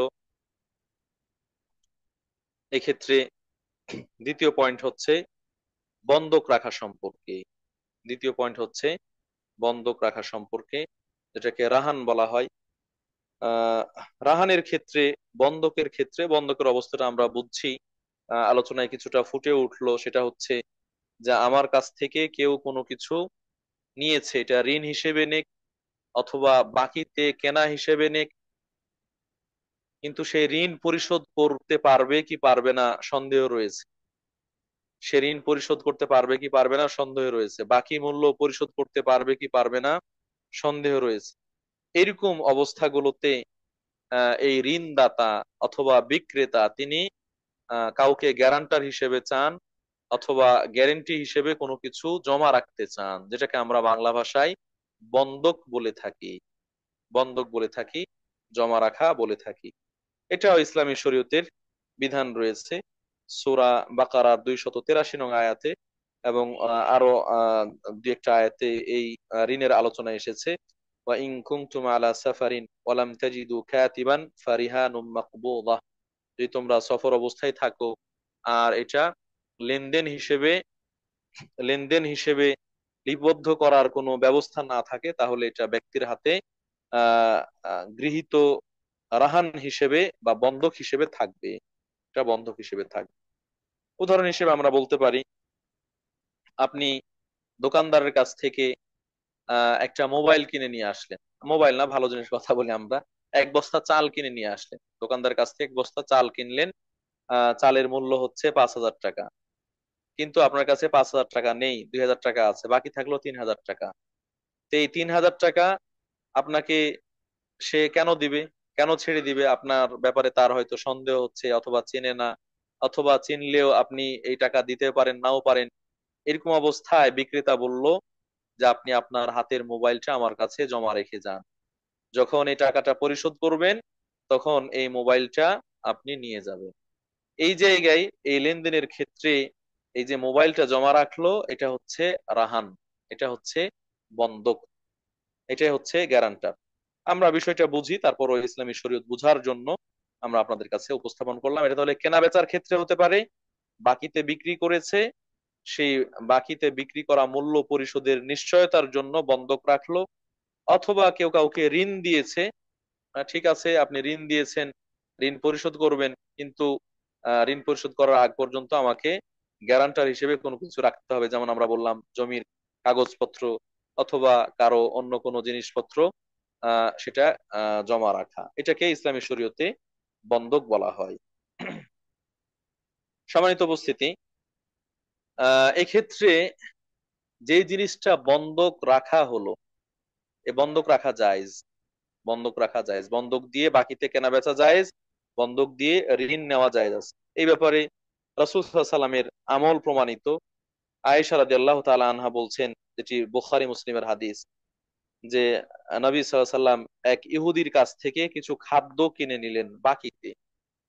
এক ইহুদির কাছ থেকে কিছু খাদ্য কিনে নিলেন বাকিতে, আর এই বাকির বিনিময়ে তিনি তার কাছে বন্ধক রাখলেন রাসূলের লোহার যে যুদ্ধের পোশাক ছিল, বর্ম ছিল, সেই যুদ্ধের পোশাকটা, বর্মটা রাসূলুল্লাহ সাল্লাল্লাহু আলাইহি সাল্লাম ওই ইহুদির কাছে বন্ধক রাখলেন। অন্য বর্ণনায় এসেছে রাসূল সাল্লাল্লাহু আলাইহি সাল্লাম মারা গিয়েছেন, তখনও রাসূলের যুদ্ধের অস্ত্রটা এক ইহুদির বাসায় বন্ধক হিসেবে ছিল, যেই আহ যেটা তিনি রেখেছিলেন পূর্বে খাদ্য কিনেছিলেন তার বিনিময়ে, বাকিতে খাদ্য কিনেছিলেন তার বিনিময়ে। সম্মানিত উপস্থিতি, তাহলে স্বয়ং আল্লাহ রাসূল সাল্লাল্লাহু আলাইহি ওয়াসাল্লাম বন্ধক রেখে বাকিতে কেনাকাটা করেছেন, তার প্রমাণ হাদিসে এসেছে। অতএব এটি একটি প্রমাণিত বিষয়। তবে এক্ষেত্রে কোন জিনিস বন্ধক রাখবেন, আর বন্ধক রাখা জিনিস দিয়ে উপকৃত হওয়া যাবে কি যাবে না? যে সকল জিনিস বন্ধক রাখা জায়েজ, যেই, যদি ঋণ গ্রহীতা অথবা যিনি বাকিতে কিনলেন খরিদ্দার, সেই ব্যক্তি ওই অবশিষ্ট মূল্য পরিশোধ না করে, তাহলে যেটা বিক্রি করে ওই মূল্য আদায় করা যাবে, যেটা বিক্রি করে ওই মূল্য আদায় করা যাবে, এরকম বৈধ জিনিস আহ বন্ধক রাখা যায়। 5,000 টাকা দিয়ে এক বস্তা চাল, 5,000 টাকার বিনিময়ে এক বস্তা চাল, সেক্ষেত্রে তিনি 1 টাকাও না দিয়ে চাল নিয়ে গিয়েছে। বন্ধক রেখেছেন একটা মোবাইল যার দাম 5,000 বা 7,000 বা 10,000, তার থেকে বেশি কম যেন না হয়, নাহলে তো বন্ধকের যৌক্তিকতা থাকবে না। যখন 1 মাস পরে ওই ব্যক্তি এই টাকা পরিশোধ করতে ব্যর্থ হলো বা পরিশোধ করলো না, তখন এই ব্যক্তির অধিকার রয়েছে এই মোবাইলটা বাজারে বিক্রি করে, অথবা বিচারকের মাধ্যমে, বিচারকের দ্বারস্থ হয়ে এটা বাজারে বিক্রি করে তার যে পরিমাণ মূল্য পাবে সে, সেই পাওনা টাকাটা নিয়ে নেওয়া। আর যদি আরো বেশি দামে বিক্রি করে তাহলে অবশিষ্ট টাকা ওই মালিককে ফেরত দিবে, বন্ধক যে রেখেছে তাকে ফেরত প্রদান করবে। এটা হচ্ছে এই বন্ধকের জিনিসটা যেন বৈধ জিনিস হয়, বন্ধকের জিনিসটা যেন বৈধ জিনিস হয়, যেটা বিক্রি করে সেই মূল্য পরিশোধ করা সম্ভব হবে বা ঋণ পরিশোধ করা সম্ভব হবে। এখন যদি কেউ মদের বোতল বন্ধক রাখলো, অথবা কুকুর বা শূকর এরকম কোনো প্রাণী বন্ধক রাখলো যেগুলো ব্যবহার করা হারাম, খাওয়া হারাম, তাহলে এগুলো জায়েজ হবে না। দ্বিতীয়ত, যদি এই বন্ধকটা কোনো প্রাণী রাখে, যদি কোনো প্রাণী, কেউ কারো কাছ থেকে একটা দোকান কিনে নিল, দোকান ঘর কিনে নিল, যার দাম হয়তো 30,000 টাকা, এখন সে সিকিউরিটি হিসেবে বাকিতে কিনে নিয়েছে, সিকিউরিটি হিসেবে তার কাছে একটা গরু বন্ধক রেখেছে। যে বিক্রি করলো, বিক্রেতার কাছে একটা গরু বন্ধক রাখলো ক্রেতা, একটা গাভী বন্ধক রেখেছে। এখন এই গাভীকে তো খাওয়াতে হবে, না হলে গাভী বাঁচবে না, গাভীকে খাওয়াতে হবে, না হলে গাভী বাঁচবে না। সম্মানিত উপস্থিতি, এক্ষেত্রে কে খাওয়াবে? কে খাওয়াবে?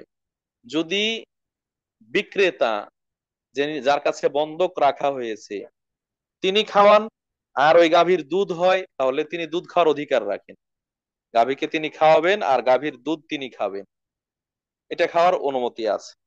আর যদি বন্ধক দাতা তিনি বলেন যে না, আমার গাভীর দুধ আমি খাবো, তাহলে তাকে ওই গাভীর খাবার দিতে হবে, ওই গাভীর খাবার দিতে হবে। আর যদি গাভী না হয়ে বলদ হয় ইত্যাদি ইত্যাদি, তাহলে ওই বন্ধক রাখা প্রাণীর যে খাবার, সেই খাবার সেটা যার প্রাণী তাকেই দিতে হবে, যেহেতু এটা তার জিনিস। সম্মানিত উপস্থিতি, এইভাবে বন্ধকীকৃত যে জিনিসটা রয়েছে সেটা থেকে উপকার নিতে পারবে কতটুকু, যতটুকু খরচ করবে সেই পরিমাণ, যতটুকু খরচ করবে সেই পরিমাণ উপকার নিতে পারবে। এই হিসেবে আমরা একটু আগে যে বললাম, কেউ জমি বন্ধক রেখেছে, সাধারণত জমির কাগজ বন্ধক রাখলেই হয়, তারপরও যদি কেউ কাগজপত্র না রেখে সরাসরি জমিটাই বন্ধক রাখতে পারে, যার কাছে বন্ধক রাখা হলো সে যদি এই জমিন থেকে উপকৃত হতে চায়, তাহলে চাষবাস করে যতটুকু খরচ হয়েছে এই পরিমাণ সে নিতে পারবে, বাকিটা জমির মালিককে দিয়ে দিতে হবে, অন্যথায় সেটা সুদ হিসেবে গণ্য হবে। প্রিয় উপস্থিতি, আশা করি বিষয়টা আপনাদের কাছে, বন্ধক রাখার বিষয়টা আপনাদের কাছে ক্লিয়ার হয়েছে। এরপরেও যদি ক্লিয়ার না হয় তাহলে আপনারা জিজ্ঞাসা করলে আমরা সেগুলো পরবর্তীতে উপস্থাপন করবো ইনশাআল্লাহ।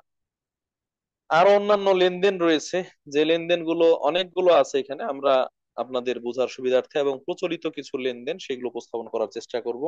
এইগুলোর মধ্যে একটি লেনদেন হচ্ছে বাই সালাফ বলা হয়, বাই সালাফ বা বাই সালাম। একটা হচ্ছে বাকিতে বিক্রি করা, বাকিতে বিক্রি করা যেই লেনদেনের সাথে আমরা প্রায় সবাই জড়িত, যে লেনদেনের সাথে প্রায় আমরা সবাই জড়িত। এটা নিত্য পণ্য হোক, নিত্য পণ্য প্রয়োজনীয় দ্রব্য হোক, খাদ্য, চাল ডাল, তেল, লবণ, চিনি ইত্যাদি এইগুলো, অথবা কোনো আসবাবপত্র, জিনিসপত্র, আহ ইত্যাদি যে যে হোক, এগুলো আমরা প্রায় সবাই লেনদেন করে থাকি। তো এরকম বাকিতে বিক্রি করা যাবে কি যাবে না? আমরা এর আগেই সুদের আলোচনায় বলে এসেছি 6 শ্রেণীর জিনিস যেগুলো বাকিতে বিক্রি করতে নিষেধ করা হয়েছে: স্বর্ণ, রৌপ্য, খেজুর, তারপরে হচ্ছে গম, কিশমিশ এবং জও, আর হচ্ছে লবণ। স্বর্ণ, রৌপ্য, খেজুর, গম, জও, আর হচ্ছে লবণ। অথবা কোনো বর্ণনায় আপনার কিশমিশের কথাও এসেছে, কিশমিশের কথাও এসেছে। এইগুলো বাকিতে বিক্রি করা, যদি এগুলো জিনিস দিয়ে কেনা বেচা হয়, তাহলে সমান সমান হতে হবে এবং নগদ হতে হবে। আর যদি একটা আরেকটার বিপরীতে হয়, স্বর্ণ দিয়ে রূপা বা স্বর্ণ দিয়ে লবণ, গম ইত্যাদি কেনা হয়, তাহলে কম বেশি করে নেওয়া যায় আছে, কিন্তু বাকিতে পারবে না, নগদ নগদ হতে হবে। এইগুলো ছাড়া, এই জিনিসগুলো ছাড়া আর যে সকল জিনিস রয়েছে সেইগুলো কেনা বেচা বাকিতে করা জায়েজ রয়েছে। টাকার বিনিময়ে জিনিসপত্র, যেমন কেউ সাবান কিনবে, বাকিতে জায়েজ রয়েছে; কেউ দুধ কিনবে, বাকিতে জায়েজ রয়েছে, ইত্যাদি ইত্যাদি। এক্ষেত্রে শর্ত হচ্ছে যে কতদিনের জন্য বাকি, কতদিনের জন্য বাকি সেই সময়সীমা উল্লেখ থাকতে হবে। বাকি নিয়ে নিল, চলে গেল, কখন দিবে আর খবর নাই, এরকম যেন না হয়। বাকিতে বিক্রি করা যায়, কিন্তু কতদিনের জন্য বাকি এরকম নির্ধারিত সময়সীমা হওয়া দরকার, যেন ওই সময়ের মধ্যে বিক্রেতা ক্রেতার কাছ থেকে মূল্য চাইতে পারেন অথবা ওই সময় পরিশোধ করতে পারেন। ইসলাম মানুষ ঝামেলায় জড়িয়ে পড়ুক এরকম ফাঁক ফোকর রাখেনি, এরকম সুযোগ রাখেনি। সময়সীমা নাই, বাকিতে নিয়ে গেছে, 1 মাস পরে চাইবেন, ও বলবে যে আমি কি বলছি 1 মাস পরে দিব, আমি তো বলছি আমি তো আরো পরে দিব। 2 মাস পরে চাইবেন, আরো বলবে যে আমি আরো পরে দিব। এইভাবে কিন্তু এটা লেন্দি হতেই থাকবে। এজন্য ইসলাম এই ধরনের ঝগড়া বিবাদের পথগুলোকে বন্ধ করে দিয়েছেন। বাকিতে বিক্রি জায়েজ আছে, কিন্তু সময়সীমা নির্ধারিত হতে হবে যে এতদিনের মধ্যে পরিশোধ করবে, এবং কোন জিনিস দিয়ে আদায় করবে সেটাও নির্ধারিত হতে হবে। কারো যদি এরকম প্রচলিত হয় যে ভাই আমি মাসের স্যালারি পাই, মাসের বেতন পেলে পরিশোধ করব, এক্ষেত্রে এটাও হতে পারে। এগুলো যে এলাকায় যে ধরনের প্রচলন রয়েছে, এটাকে উরফ বলা হয়। যে আমি বাকিতে নিচ্ছি, মাসের শুরু থেকে আহ পরের মাসের 5 তারিখ পর্যন্ত, যখন 5 তারিখে বেতন নামবে তখন আমি পুরোটা পরিশোধ করে দেব। তো এই এই ধরনের উরফ দ্বারা যদি নির্ধারিত হয় সেটাও জায়েজ আছে, কিন্তু নির্ধারিত হতে হবে যে কতদিনের জন্য বাকি দেওয়া হচ্ছে। দ্বিতীয়ত, এই বাকির ক্ষেত্রে বাকির বিনিময়ে চড়া মূল্যে বিক্রি করা যাবে না। চড়া মূল্যে বিক্রি করা যাবে না। স্বাভাবিক যে দাম, সেই দামের থেকে অল্প একটু আধটু বেশি নিতে পারে, একটু আধটু বেশি নিতে পারে, অনেক বেশি নেওয়া যাবে না। একটু আধটু এটার পরিমাণ কে নির্ধারণ করবে? একটা জিনিসের দাম 100 টাকা, বাজারে নগদে কিনলে 100 টাকায় কেনা যাবে, এটা হয়তো আপনার কাছে 105 টাকা নিল, এটা সহনীয় পর্যায়ে। কিন্তু যদি এটা 120 টাকা নেয়, 150 টাকা নেয়, 200 টাকা নেয়, তাহলে এটা অসহনীয় পর্যায়ের, অস্বাভাবিক। এরকম অতিরিক্ত মূল্য রাখা যাবে না। বাকিতে বিক্রি করার কারণে সামান্য সামান্য বেশি দামে বিক্রি করা যাবে, কিন্তু অস্বাভাবিক বিক্রি করা যাবে না। দ্বিতীয়ত, সময় যে নির্ধারণ ছিল সেই সময় পার হয়ে গেলে সে আরো বেশি পরিমাণ বাড়িয়ে দিবে, এরকম করা যাবে না, কেননা এটা ওই সুদের সাথে মিলে যায়। সময় বাড়ানোর বিপরীতে মূল্য বাড়িয়ে দেওয়া, এটা বাড়ানো যাবে না। সম্মানিত উপস্থিতি, এই বিষয়গুলো খেয়াল রেখে আহ বাকিতে লেনদেন করা জায়েজ রয়েছে। আহ এটা এখানে বলা উদ্দেশ্য। দ্বিতীয়ত হচ্ছে এর উল্টোটা। আমরা যেটা বললাম যে পণ্য নিয়ে গেলাম, 1 সপ্তাহ, 1 মাস, 1 বছর পরে তার মূল্য পরিশোধ করব, এটা জায়েজ। শর্ত হলো কি, যে সময় নির্ধারিত হতে হবে। এর উল্টোটা যদি এরকম হয় যে কেউ আগেই টাকা নিয়ে নিল আর পণ্য দ্রব্য পরে দিবে, বিক্রেতা ক্রেতার কাছ থেকে আগেই মূল্য পরিমাণ আহ, সমমূল্যের টাকা নিয়ে নিল, যে জিনিস দিবে তার টাকা আগে নিয়ে নিয়েছে, মূল্য আগে নিয়ে নিয়েছে, কিন্তু সে পণ্যদ্রব্য বা জিনিসটা পরে প্রদান করবে। এটা জায়েজ আছে কি নাই? এটা জায়েজ আছে কি না? আমি কিছুটা উদাহরণ দিয়ে বলি। আমার জানা মতে এটা বিভিন্ন জায়গায় হয়। যেমন ইট ভাটা আছে বিভিন্ন জায়গায়, ইটের ভাটা, ইট তৈরি করে। আমি দেখেছি এবং অনেকে জিজ্ঞাসা করেছেন যে ইট ভাটার মালিকরা গ্রাহক খুঁজে, গ্রাহক খুঁজে গ্রাহকদের কাছ থেকে তারা যেই সময় ওই শ্রমিকরা কাজ করে শ্রমিকের মজুরি দেওয়ার জন্য, অথবা আপনার খড়ি কেনার জন্য, লাকড়ি খড়ি কেনার জন্য, অথবা অন্যান্য কাজ করার জন্য তাদের কাছে অনেক বেশি পরিমাণ পুঁজি থাকে না, তখন তারা গ্রাহক খুঁজে যে এখন যদি কেউ ইট কিনে, এখন যদি ইট কিনে নেয় টাকা এখন পরিশোধ করবে, যখন ইট তৈরি হবে 1 মাস পর, 2 মাস পর বা 6 মাস পর, তখন সে ইট নিবে। কিন্তু এখন নিলে কম দামে নিতে পারবে। সেই সময় বাজার দর হবে হয়তো 1,000 ইটের দাম 10,000 টাকা, এখন নিলে 6,000 টাকা বা 7,000 টাকায় নিতে পারবে। 7,000 টাকা পরিশোধ করলে তখন 10,000 টাকার ইট সে পেয়ে যাবে। এরকম যদি হয়, এটাকে ইসলামী শরীয়তের পরিভাষায় বাই সালাম বলা হয় বা বাই সালাফ বলা হয়। আগেই মূল্য দিয়ে দেওয়া, পরবর্তীতে পণ্যদ্রব্য নিয়ে নেওয়া। যেমন কেউ হয়তো মুদি খরচ করার জন্য দোকানে বললো যে আমার এই মাসের বেতন পেয়েছি বা ঈদের বোনাস পেয়েছি, আপনি আমাকে ওই পণ্যটা দেন। বললো যে আমার কাছে তো ওই পণ্যটা নাই, আসতে দেরি হবে। বলছে আচ্ছা ঠিক আছে, আমার টাকা নিয়ে নেন, যখন পণ্য আসবে তখন দিবে। তাহলে আগে মূল্য পরিশোধ করলো, পণ্যটা পরে বুঝে নিল। এটাও ইসলামী শরীয়তে জায়েজ। এই ধরনের কেনা বেচা ইসলামী শরীয়তে জায়েজ, তবে শর্ত আছে। শর্ত হচ্ছে এক্ষেত্রেও কতটুকু কোন দিনে নিবে, কত দিনে দিতে পারবে, এরকম সময়ের উল্লেখ থাকতে হবে। পণ্যদ্রব্য কতদিনের মধ্যে দিতে পারবে সেরকম সময়ের উল্লেখ থাকতে হবে। কতটুকু পরিমাণ নিবে সেই পরিমাণ উল্লেখ থাকতে হবে। কোন মানের নিবে সেই মান বা ধরন সেটাও উল্লেখ থাকতে হবে, যেন কোনো ঝামেলা না হয়।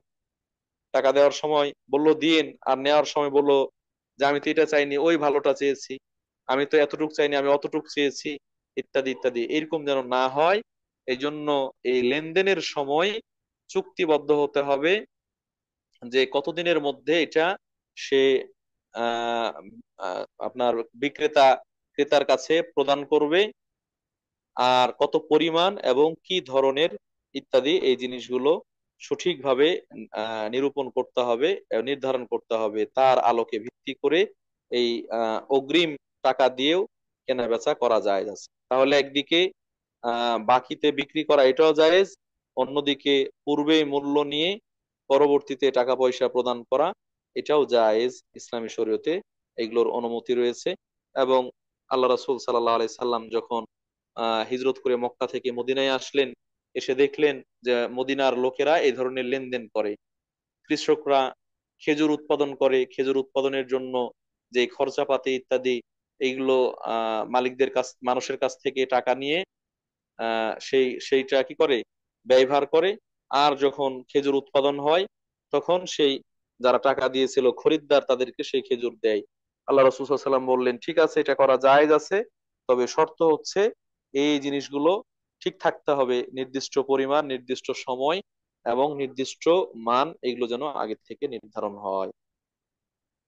প্রিয় উপস্থিতি, এইভাবে আরো কিছু লেনদেনের বিষয় রয়ে গিয়েছে, যেগুলো আমরা সামনের দিকে সুযোগ পেলে আলোচনা করার চেষ্টা করব।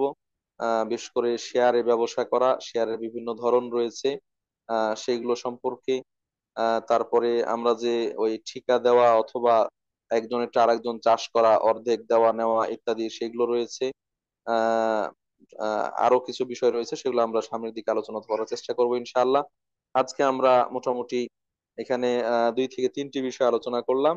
তার মধ্যে আহ গুরুত্ব দিয়ে আমরা আলোচনা করেছি কার্জ হাসান, আহ বিনা সুদে বা সুদ মুক্ত ঋণ পরিশোধ করার।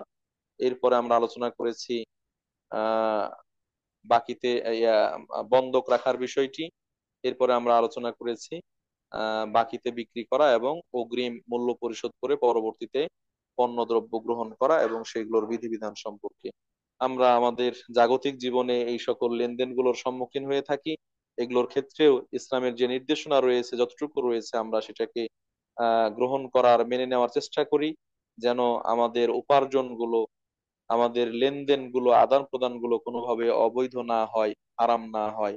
আল্লাহ রবুল আলমিন আমাদের সকলকে সে তৌফিক দান করুন, আমিন। এ বলে আমরা আজকের আলোচনার এই অংশ এখানে শেষ করছি। আমরা দোয়া করছি যারা দীর্ঘ সময় ধরে আমাদের সাথে সংযুক্ত আছেন, সম্পৃক্ত আছেন, আল্লাহ রবুল আলমিন সবাইকে জাযায়ে খায়ের দান করুন, এলমে নাফে, উত্তম এলেম দান করুন, উপকারী এলেম দান করুন, যে এলেম দিয়ে আমরা আল্লাহর দেওয়া বিধান শরীয়তকে যথাযথভাবে নিজের জীবনে বাস্তবায়ন করতে পারবো, আল্লাহর সন্তুষ্টি লাভ করতে পারবো, সে তৌফিক দান করুন, আমিন। আল্লাহ রাব্বুল আলামিন যারা অসুস্থ রয়েছেন তাদেরকে সুস্থতা দান করুন, যারা দোয়া চেয়েছে দোয়া চাননি সকল অসুস্থদেরকে আপনি সুস্থতা দান করুন। আল্লাহ রাব্বুল আলামিন আমাদের মা বাবা, ভাই বোন, আত্মীয় স্বজন সহ অনেকে মারা গিয়েছেন, আপনি মুসলিম মৃতদেরকে ক্ষমা করে দিন, তাদের কবর আযাব মাফ করে দিন, কবরকে জান্নাতের অংশ বানিয়ে দিন। আল্লাহ রাব্বুল আলামিন আমরা যারা জীবিত রয়েছে আপনি আমাদের ভুল ত্রুটিগুলো মাফ করে দিন, ছোট বড় জানা অজানা, প্রকাশ্য অপ্রকাশ্য, ইচ্ছাকৃত অনিচ্ছাকৃত সকল ধরনের পাপগুলো ধুয়ে মুছে সাফ করে দিন। আল্লাহ রাব্বুল আলামিন যারা অভাবী রয়েছেন তাদের অভাব দূর করে দিন, সকলকে হালাল রিজিক উপার্জন করার তৌফিক দান করুন, হালাল রিজিকে বরকত দান করুন, হারাম থেকে সম্পূর্ণভাবে বেঁচে থাকার তৌফিক দান করুন। আল্লাহ রাব্বুল আলামিন অনেকেই দাম্পত্য জীবনে বিভিন্ন কলহের মধ্যে রয়েছে, অশান্তির মধ্যে রয়েছে, আল্লাহ রাব্বুল আলামিন দিনী বোনদের এই কলহ অশান্তিকে দূর করে শান্তিপূর্ণ পরিবার দান করুন, পরিবেশ দান করুন, সহাবস্থান করার তৌফিক দান করুন, আল্লাহুম্মা আমিন। আল্লাহ রাব্বুল আলামিন যারা দিনের কাজের জন্য সময় দিচ্ছেন, মেধা দিচ্ছেন, শ্রম দিচ্ছেন, আল্লাহ রাব্বুল আলামিন তাদের এই সকল মেহনত গুলোকে কবুল ও মঞ্জুর করে নিন, পরকালে নাজাতের অসিলা হিসেবে গণ্য করুন, আল্লাহ তাআলা ভালো আমলের পাল্লায় দিয়ে দিন। আল্লাহ রাব্বুল আলামিন বিশ্ব মুসলিম নির্যাতিত, নিষ্পেষিত, অসহায়, নিরুপায়, বিভিন্ন ভাবে তারা জুলুম নির্যাতনের শিকার, আল্লাহ রাব্বুল আলামিন দুর্বল মুসলিমদের জন্য আপনি সহায় হয়ে যান, তাদের প্রতি রহম করুন, তাদের বিপদ থেকে উদ্ধার করুন। জালেম, নির্যাতনকারী, ছিনতাইকারী, আহ যে সকল অত্যাচারী, জুলুমবাজ রয়েছে আল্লাহ রাব্বুল আলামিন তাদেরকে আপনি প্রতিহত করুন, তাদের জুলুম দিয়ে তাদেরকে ধ্বংস করে দিন, তাদের জুলুম থেকে মুসলিমদেরকে নিরাপদে বের করে নিয়ে আসুন। আল্লাহ রাব্বুল আলামিন বর্তমান সময় বছরের শ্রেষ্ঠ সময় আমল করার দিক থেকে আমরা যেন আমাদের সময়গুলো ইবাদত বন্দেগীর মধ্য দিয়ে কাটাতে পারি, বেশি বেশি জিকির, আদকার, দোয়া, নফল সালাত, নফল সিয়াম, দান খেরাত, ভালো কথা, জ্ঞান অর্জন, কোরআন তেলাওয়াত ইত্যাদি এরকম ভালো কাজগুলোর মাধ্যমে পার করতে পারি, আল্লাহ রাব্বুল আলামিন সে তৌফিক দান করুন। ওয়া আখিরু দাওয়ানা আলহামদুলিল্লাহি রাব্বিল আলামিন। হাসিনা আপু, যদি কোনো সংযোজন থেকে থাকে সংযোজন করার জন্য আহ্বান জানাচ্ছি, আর না হলে আমরা প্রশ্নপত্রে যাবো ইনশাআল্লাহ, প্রশ্ন উত্তরে যাবো ইনশাআল্লাহ। ইনশাল্লাহ।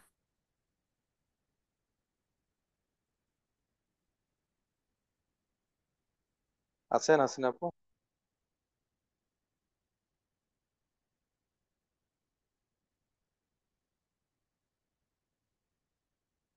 সম্ভবত ব্যস্ত আছেন। না, তিনি আমি আসার আছি, আগে শুধু রেকর্ডিংটা বন্ধ করার জন্য আমি করতেছি।